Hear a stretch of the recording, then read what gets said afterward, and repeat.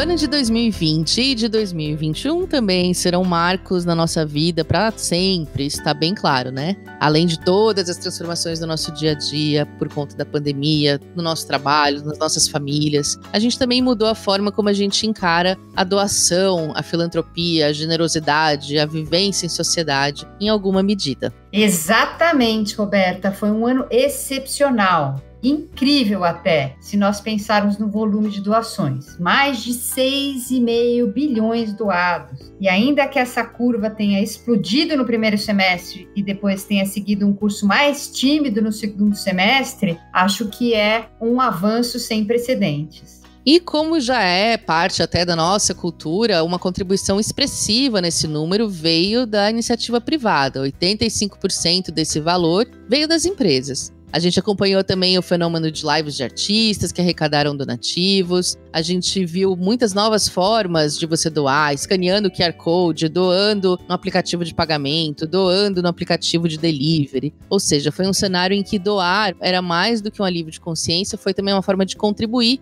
para amenizar o furacão que a Covid trouxe para a nossa sociedade e dar a sensação a cada um de nós que a gente estava fazendo alguma coisa para ajudar. Pois é, ficou claro que a doação era muito importante naquele momento. Aliás, era não, né? Ainda é. E ainda temos uma série de carências no país, carências novas, carências antigas, uma economia que está cambaleando e todas as consequências da pandemia para lidar. Ai, tem horas que a gente não sabe se isso tudo tem jeito, mas tem quem acredite que sim, dá pra gente ser melhor, dá pra gente fazer mais. E para falar sobre esse cenário econômico e os caminhos da filantropia e o nosso futuro e toda essa crise existencial, a gente bateu um papo incrível com o professor, economista, filósofo Eduardo Gianetti, nosso convidado hoje no Aqui se faz, aqui se doa.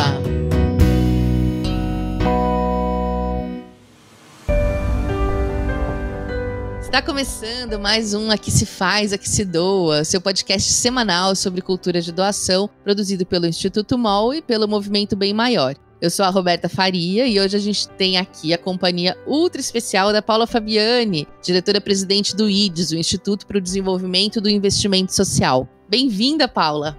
Obrigada, Roberta. É um prazer e uma honra estar aqui com vocês. Prazer é todo nosso. Aliás, querido ouvinte, a Paula vai aparecer mais vezes por aqui, para esses episódios em que a gente mudou um pouquinho a cara do programa para receber uma conversa mais longa, mais profunda, com entrevistados incríveis que vão nos ajudar a refletir sobre a cultura de doação a partir de outras perspectivas. É muito legal a gente ter esse momento de debate sobre esse universo, sobre essas questões, mas sem se fechar só nas figuras mais conhecidas no nosso terceiro setor ou da filantropia. E para estrear essa parceria, nós temos um convidado muito especial, que eu admiro muito. Foi meu professor na FEA, na USP, o economista e filósofo Eduardo Gianetti da Fonseca. Eu também adoro o professor Gianetti. Ele é formado em Economia e Ciências Sociais pela USP, é doutor em Economia pela Universidade de Cambridge, onde ele também lecionou. Foi também professor da USP, do INSPER em São Paulo. Eu não tive a sorte de ser aluna dele, mas sou uma leitora fiel. Ele é autor de vários livros como Felicidade, Auto-engano, Valor do Amanhã, Trópicos Utópicos e o mais recente, O Anel de Giges. Professor Gianetti, seja bem-vindo ao nosso podcast. Obrigada por aceitar nosso convite. Obrigado a vocês, obrigado, Paulo. É um prazer estar aqui nessa conversa. Bom, você fala que no Brasil sofremos com um problema de desigualdade estrutural. Para onde quer que olhemos, vemos desafios. Então, para começar, onde você acha que devemos concentrar nossas doações para ajudar a mudar esse cenário? A desigualdade no Brasil tem muitas dimensões. Eu acredito que o mais importante na cultura de doação é responder duas perguntas. Primeiro, quanto eu estou disposto a fazer de trabalho, doação ou participação em algum projeto visando o bem de outras pessoas. E a segunda pergunta é o como. Como é que eu faço para que isso tenha o máximo de impacto e produza o máximo de bem, de resultado bom para a sociedade? Não acho que caiba a mim responder isso pelos outros, mas eu acho importante que cada um faça essas duas perguntas e tenha razoável clareza em relação a quanto pretende investir. E o investimento aqui tem duas modalidades, pode ser financeiro, pode ser de trabalho, de participação, de atuação direta. E segundo, como é que eu vou fazer para que a minha participação, a minha doação, tenha o máximo de resultado, o máximo de impacto naquilo que eu considero prioritário. Num país estruturalmente desigual como o Brasil, eu tenho uma forte intuição de que tudo que nós pudermos fazer para melhorar as oportunidades de vida de crianças em famílias de baixa renda, especialmente no tocante à educação e saúde, deveria ser considerado com muito carinho, com muita atenção. Uma das razões da nossa profunda desigualdade é exatamente a falta de oportunidades de desenvolvimento de competências, qualificações, de habilidades, condições para que a pessoa se torne um cidadão pleno, capaz de fazer da sua vida o melhor que está ao seu alcance, mas com condições para tanto.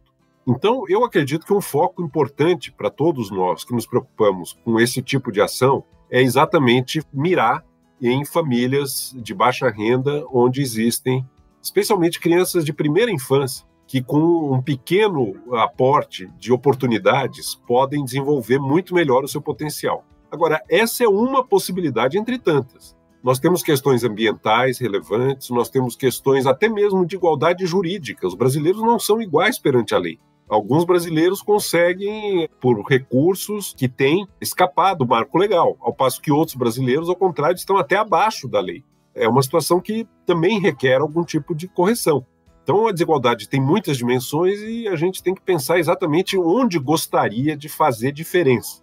Eu acho que o importante é isso, onde é que eu posso fazer diferença e como? Professor, quando a gente fala de doação, é muito comum a gente ouvir a resposta dos não doadores colocando a responsabilidade só no governo. Isso não é problema meu, isso é problema do governo, é dever do governo resolver essas questões de desigualdade, todas as questões sistêmicas grandes, né? Isso aparece em pesquisas, como a Doação Brasil, feita pelo próprio IDES, e é um depoimento comum, assim, da gente escutar. A gente que trabalha com cultura de doação acredita no oposto, que é dever das empresas devolver para a sociedade e que é dever das pessoas, dos cidadãos, doar para as causas, fortalecer a sociedade civil, assim como votar, pagar impostos, enfim, isso faz parte da cidadania. Como que a gente muda essa cultura e mostra para as pessoas assim que elas fazem parte desse meio e doar é um gesto de cidadania, seja corporativa ou seja da pessoa física? Como a gente tira essa ideia paternalista de que só o Estado tem que resolver tudo?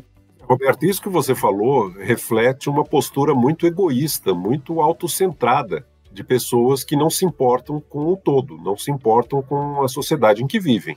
Isso não gera uma sociedade em que nós queiramos viver. E isso acaba se abatendo sobre as próprias pessoas. É evidente que as empresas e as pessoas não vão substituir o setor público. É preciso lembrar disso também. Nós temos problemas institucionais e problemas de políticas públicas que demandam ação coletiva oriunda do governo. Agora, a gravidade do quadro que nós temos no Brasil precisa contar necessariamente com a participação de empresas, corporações e indivíduos nesse esforço coletivo de melhoria das condições e das oportunidades de vida. Eu acho que se as pessoas soubessem como elas podem fazer diferença, muitas vezes a um custo muito pequeno para si, elas poderiam se animar e sair dessa postura extremamente egoísta e fechada, do salve-se quem puder. Eu não me importo com mais nada, vou cuidar do meu e o resto que se dane. Uma parte da resposta, não é toda a resposta, é exatamente esse trabalho de convencimento e, olha, mostrar que há caminhos. Para que isso aconteça também, nós precisamos mostrar os resultados, ter uma cultura de avaliação dos programas de doação. A gente vê acontecer muito no Brasil momentos de empolgação, há um esforço, há um movimento, gera-se algum resultado, mas depois não se presta contas. Isso aí mina o incentivo para que tenha continuidade. Então, é uma responsabilidade de quem está agilizando esse processo, está liderando esse processo, mostrar os resultados. E mostrar, olha, foi feito isso, salvou tantas vidas, melhorou a vida dessas pessoas. Eu acho que tem que investir muito mais em avaliação e comunicação, visibilidade dos resultados alcançados. Agora, um país com a dificuldade, com os problemas que temos hoje no Brasil, agravados agora pelo quadro de saúde dramático que nós estamos passando, não vamos imaginar que o setor público sozinho vai dar conta do recado. Toda a sociedade brasileira tem que se engajar nisso. E é um problema que afeta todos nós. Eu cito muito um verso do poeta grego Solon, que foi o autor da primeira legislação democrática, da primeira constituição democrática na Grécia Antiga, que eu acho que se encaixa muito bem para a realidade brasileira. Ele era poeta também. E ele diz o seguinte: olhando para a sua coletividade, para o mundo de Atenas tal qual ele se deparou. Cada um de vós em separado tem a alma astuta da raposa, mas todos juntos sois como um tolo de cabeça oca. Isso é muito a sociedade brasileira. Cada um isoladamente se imagina a raposa esperta, levando vantagem. Só que quando você junta todas as raposas no mesmo espaço, ela se torna um tolo de cabeça oca. É uma sociedade naufragada, uma sociedade fracassada. As pessoas têm que perceber a interdependência. Nós estamos juntos nesse país. O que acontece ao nosso redor nos diz diretamente respeito, e não adianta imaginar que nós não temos nada a ver com o que se passa ao nosso redor. Nós temos tudo a ver com o que se passa ao nosso redor e somos, em parte, responsáveis pelo que se passa ao nosso redor. Sim, não importa quão altos os muros sejam, né, separando as pessoas, né? Exatamente, e em problemas de saúde, em problemas de violência, de segurança, de qualidade de vida e até de satisfação com o país que tem e que se constrói. Essa cultura do individualismo selvagem, que é um pouco o que você descreveu no início, leva todos juntos ao naufrágio. Nosso desafio é evitar esse naufrágio, né? Estamos todos aqui nesse mesmo barco tentando evitar esse naufrágio, né? E nós acreditamos muito na força do investimento social privado, da filantropia estratégica e da cultura da doação para evitar que esse barco afunde. Achei muito bacana, professor, trazer essa importância da avaliação de impacto, né? A gente no IDES vem trabalhando muito esse tema há muitos anos, inclusive a gente usa uma metodologia que monetiza o impacto social para facilitar a comparação com o valor investido, e isso acaba sendo uma maneira muito eficiente de conversar com os investidores, né? Muito fácil, todo mundo entende o retorno de um investimento, principalmente quem detém muito recurso financeiro. E acho que interessante também que você trouxe a questão das narrativas. Essa é, inclusive, uma das diretrizes do movimento por uma cultura de doação, trabalhar melhor as narrativas. E conversamos muito isso com o pessoal da MOL. A gente precisa furar a bolha, precisamos falar com todo mundo, precisamos falar uma linguagem que seja compreensível para todos. Mas a minha pergunta é qual o papel, e aí já entrando até nessa questão da interdependência, mas o papel dos doadores, dos investidores sociais privados, das instituições filantrópicas, para conseguir levar essa mensagem e trazer, inclusive, esse potencial de criação de parcerias. A colaboração é algo muito importante entre os setores para a gente realmente conseguir construir soluções sistêmicas para a nossa sociedade. Como é que você vê o papel dos grandes filantropos, das grandes instituições e das empresas também, nessa construção dessas parcerias multissetoriais e de um barco bem robusto que não naufrague? Paula, eu acho que o papel é liderar, identificar as boas oportunidades de impacto, onde se pode fazer diferença com pouco, e mobilizar recursos, e motivar outros atores a entrarem num movimento mais amplo e mais disseminado. O Brasil, pelas suas características históricas, culturais, pela sua formação, ele não é um país que trabalhou muito essa dimensão da ação coletiva. Tudo que diz respeito à coordenação, à organização de ação coletiva no Brasil é muito complicado de fazer, começando pela reunião de condomínio. A nossa sociedade tem uma característica de individualismo muito acentuado.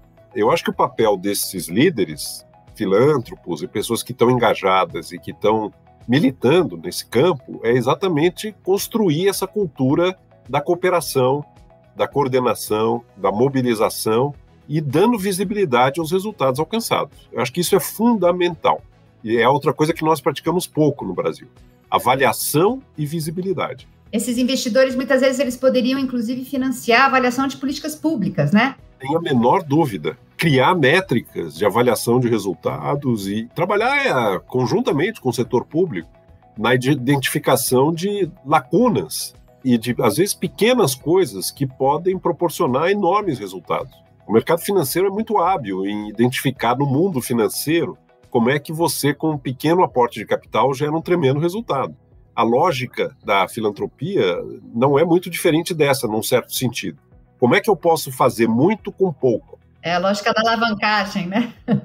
É a lógica da alavancagem. Como é que eu preciso identificar onde é que estão as grandes oportunidades, os nichos, onde eu posso realmente fazer uma diferença. Professor, a gente viu ao longo aí da pandemia explodir a quantidade de doações, lideranças que estavam, enfim, a gente não via engajadas aparecendo, quem já era engajado, muito mais engajado. Mesmo a pesquisa que ainda não saiu, né, mas as pesquisas de doador e outras que foram feitas nesse período mostraram que mais gente, quem já doou mais, e quem não doava foi atingido de alguma forma pelas múltiplas maneiras de captar doação que a gente viu nascer e florescer ao longo do ano passado e desse ano. É claro que esse número foi caindo com o passar do tempo, agora está no momento até que precisa mais ainda e não tem o mesmo engajamento mais do que tinha no começo, mas deu uma esperança para quem trabalha com cultura de doação de que a gente possa estar diante de uma oportunidade de mudança de cultura. Você costuma dizer que a nossa cultura é movida pelo afeto, né? Tem uma expressão que você usa naquele livro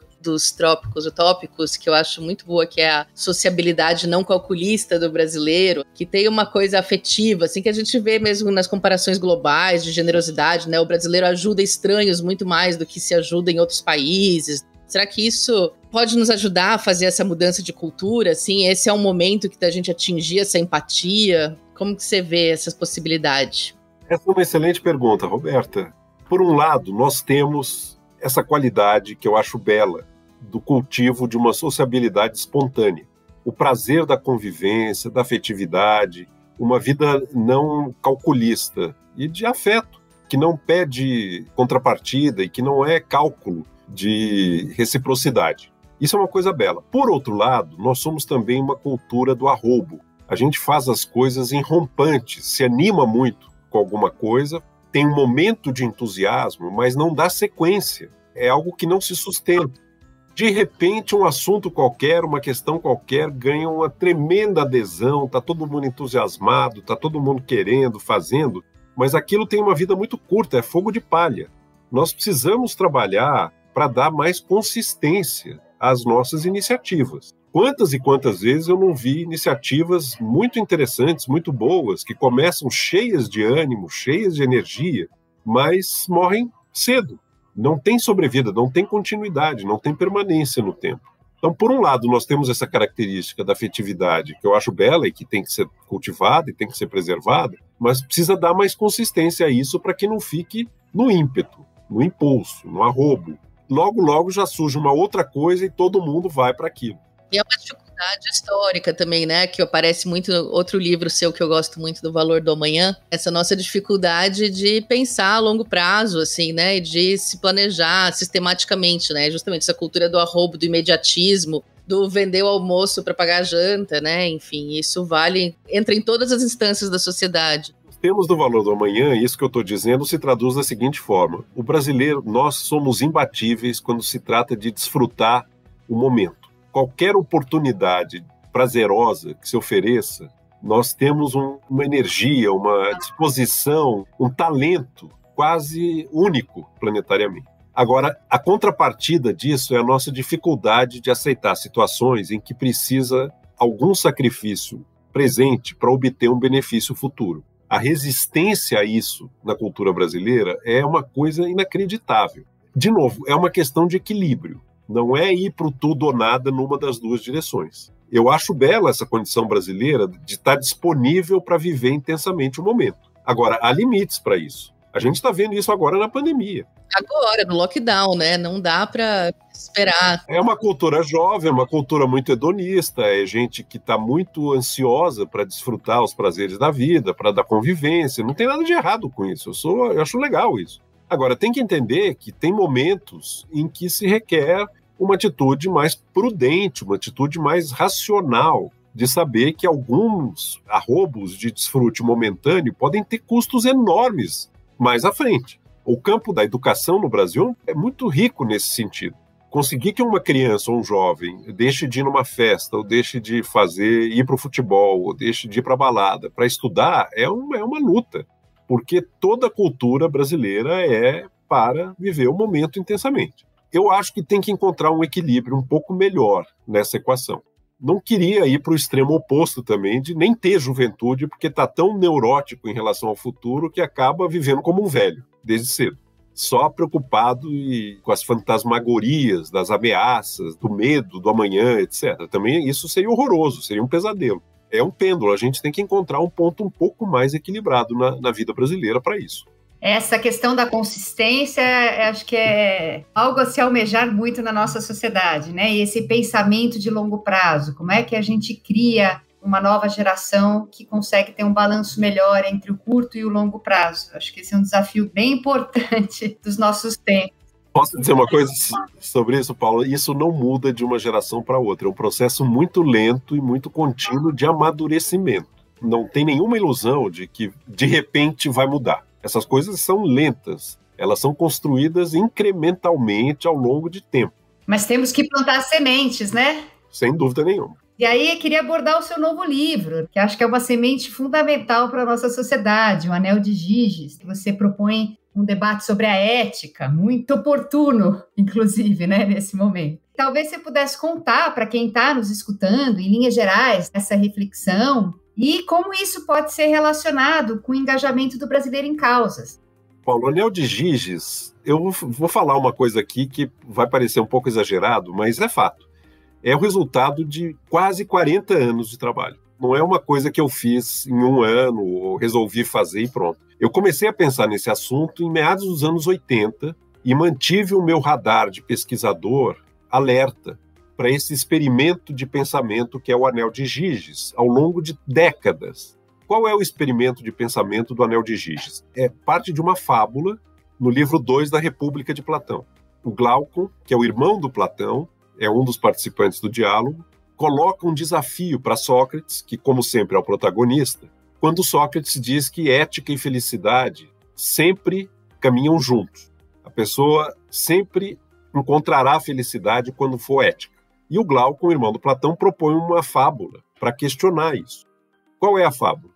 É a fábula do anel. Existia um pastor, um camponês, num reino da Lídia, que é um reino entre a Pérsia e a Grécia. Esse camponês era um homem humilde, ele um dia está pastoreando o rebanho, tem um terremoto, abre-se uma fenda na terra, ele desce por essa fenda e lá encontra um cavalo enorme de bronze oco, flanqueado por janelas. O Giges adentra esse cavalo e lá dentro ele encontra um cadáver de um homem nu portando um anel. Giges retira o anel do dedo desse cadáver, põe no seu dedo, volta à superfície e retoma a sua rotina de trabalho. Um belo dia, ele vai a uma assembleia dos pastores da Lídia e começa a brincar com o anel no dedo. E ele percebe uma coisa assombrosa. Quando ele gira o anel para dentro, o engaste do anel para dentro da mão, as pessoas começam a falar dele como se ele não estivesse lá. Ele fica invisível. Quando ele gira o anel de volta para a posição normal, todo mundo o vê. Ele se torna outra vez visível. O Giges se dá conta que tem um poder extraordinário nas mãos. Ele pode praticamente fazer o que ele quer, sem correr nenhum risco de ser punido pelas leis ou de ser condenado moralmente pelos demais. E o que é o poder nas mãos, né, professor? Literalmente, nesse caso é literal. O que faz o pastor Giges? Ele se faz eleger pela Assembleia como representante dos pastores para ir à capital da Lídia, Sardes. Chegando à capital, ele vai ter um encontro com o rei para prestar contas do estado dos rebanhos. Chegando à capital, ele seduz a rainha, usando o poder do anel. O Glaucon não dá detalhes de como é que é feita essa sedução, mas a gente pode especular, e eu especulo isso no final do livro. E com a cumplicidade dela, assassina o rei e usurpa o trono da Lídia. Se torna um novo soberano. Você vê que ele transgride 3 grandes regras ou normas de convivência. Ele comete adultério, ele assassina o rei e ele usurpa o trono. Dá um golpe de Estado. Diante disso, o Glaucon pergunta, Sócrates, a concepção de felicidade do Giges não tem nada a ver com ética. Pelo contrário, ele buscou a sua melhor vida atropelando todas as regras da vida ética. E o Sócrates vai passar praticamente o resto da República, sem muito exagero, tentando responder. E ao fazer isso, ele inaugura a primeira utopia do pensamento ocidental, que é a República.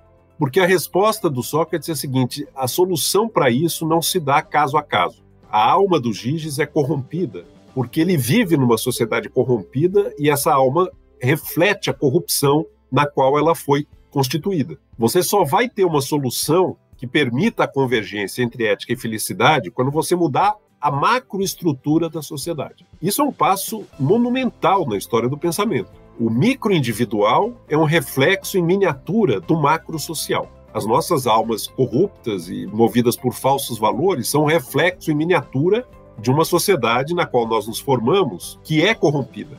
E você não vai sair disso sem mudar o macrosocial. Muito do que se passou na história da filosofia de lá para cá parte dessa ideia, que nasce na República de Platão. Então, isso para só contextualizar o tema.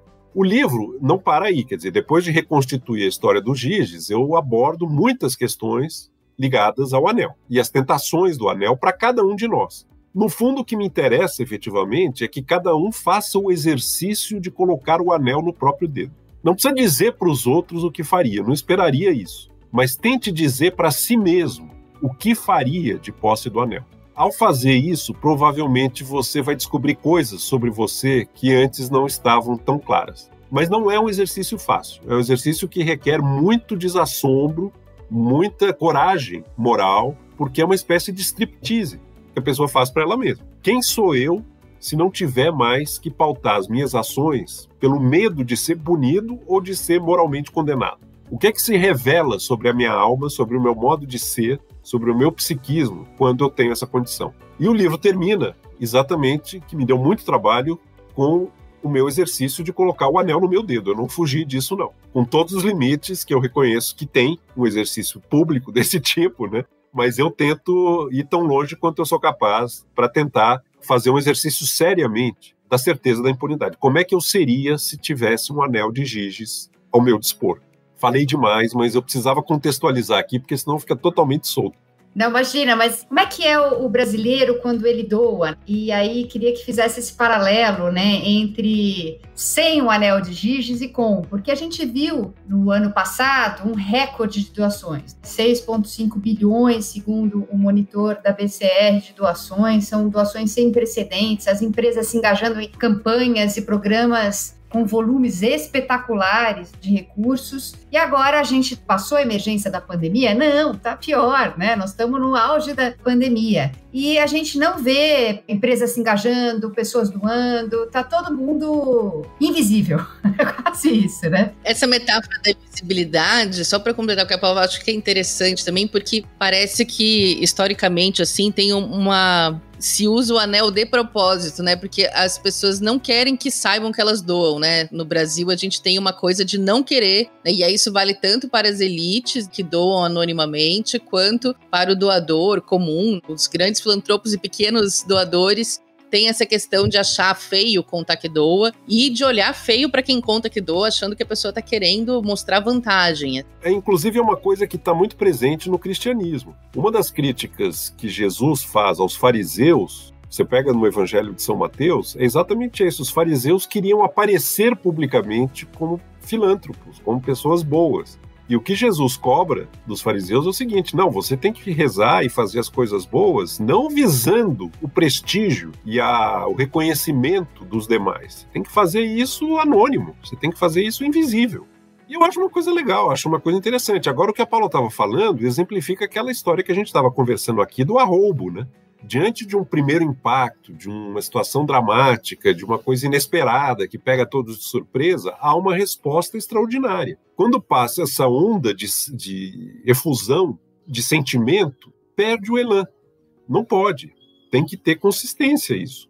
A doação, ela é permanente, ela não é um ímpeto momentâneo, um fogo de palha que de repente eu faço e acho que já fiz a minha parte. O que tem no Brasil muito, ligando aí o anel de Giges com o Brasil, com a cultura brasileira, é essa ideia de cada um achar que está fazendo a sua parte e que o problema são os outros. Isso é um auto-engano.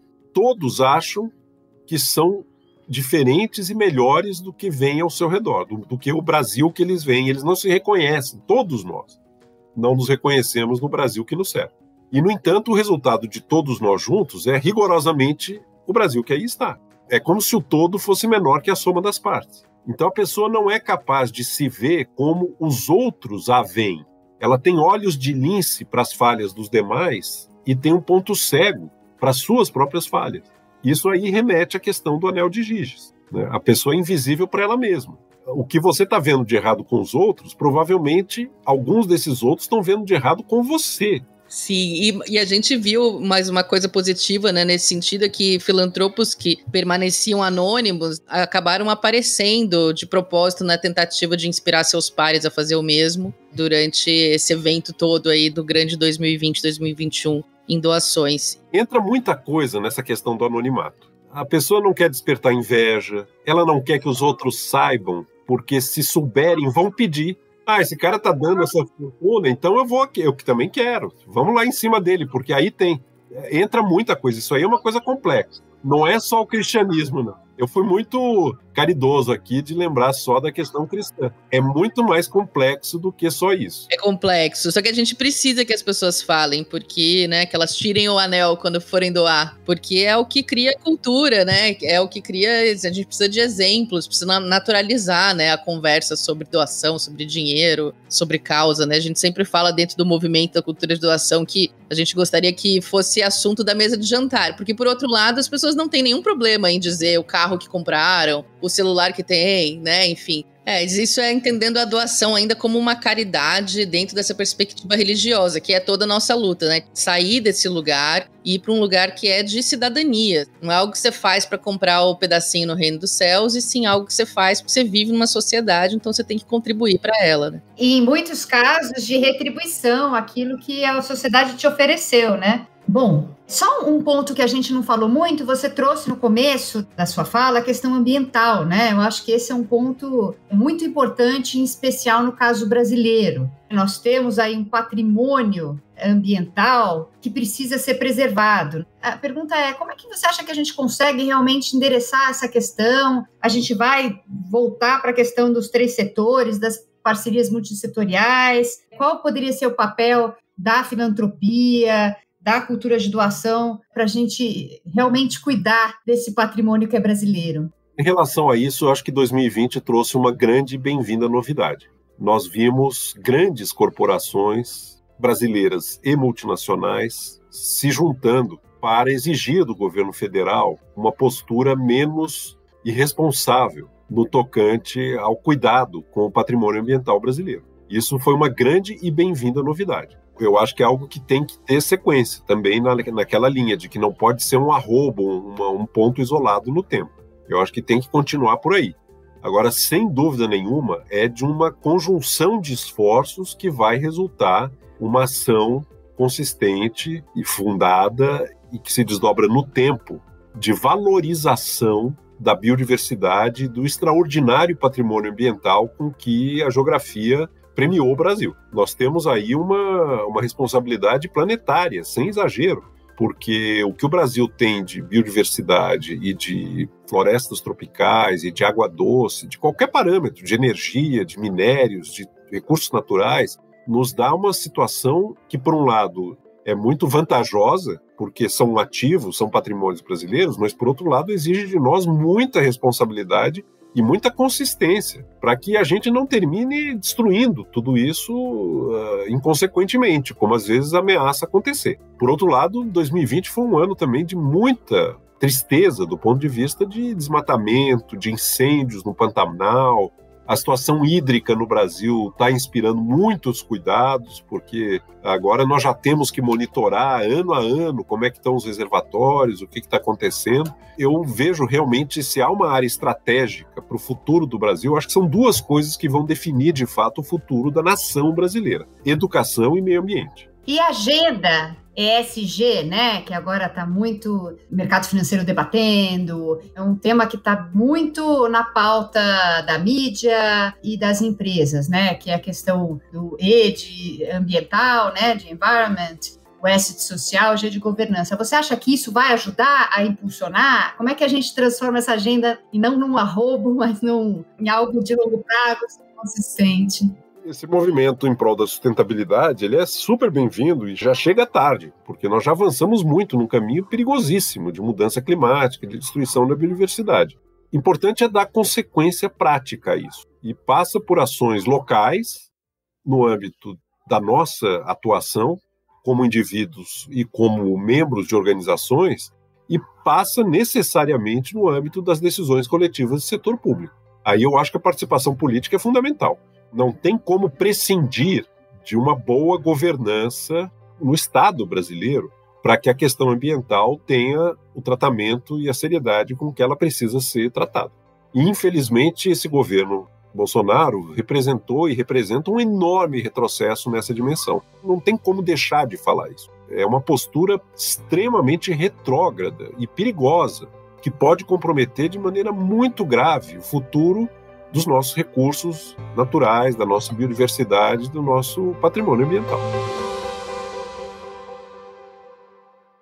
Professor, eu queria agradecer imensamente a sua presença, por ter aceitado o nosso convite. Acho que você tocou em pontos importantíssimos. Vou ficar semanas aqui refletindo. Vou colocar o meu anel de Giges e pensar como é que é a Paula invisível. Mas eu tenho certeza que os nossos ouvintes também vão ficar muito reflexivos e com vontade de fazer mais pela nossa sociedade. Obrigado, Paula. Foi um prazer. Muito obrigada, professor. Foram grandes lições. Fiquei muito feliz de poder lhe encontrar. Sou fã há muitos anos. Enfim, uma alegria poder ter essa conversa. Obrigado a vocês. Obrigado, Paula. Obrigado, Roberta. Parabéns pelo IDES, parabéns pelo MOL. E vamos continuar trabalhando juntos e tem muita coisa para fazer. Paula, também queremos te agradecer pelo Instituto MOL, em nome do Movimento Bem Maior, pela sua presença aqui nesse bate-papo tão bacana e pelo IDES por essa parceria nesse episódio especial. Eu que preciso agradecer por essa oportunidade. O trabalho que vocês vêm desenvolvendo está realmente fazendo a diferença. E eu tenho certeza que juntos vamos levar a mensagem da cultura da solidariedade ainda mais longe. Eu estou muito feliz de estar aqui com vocês.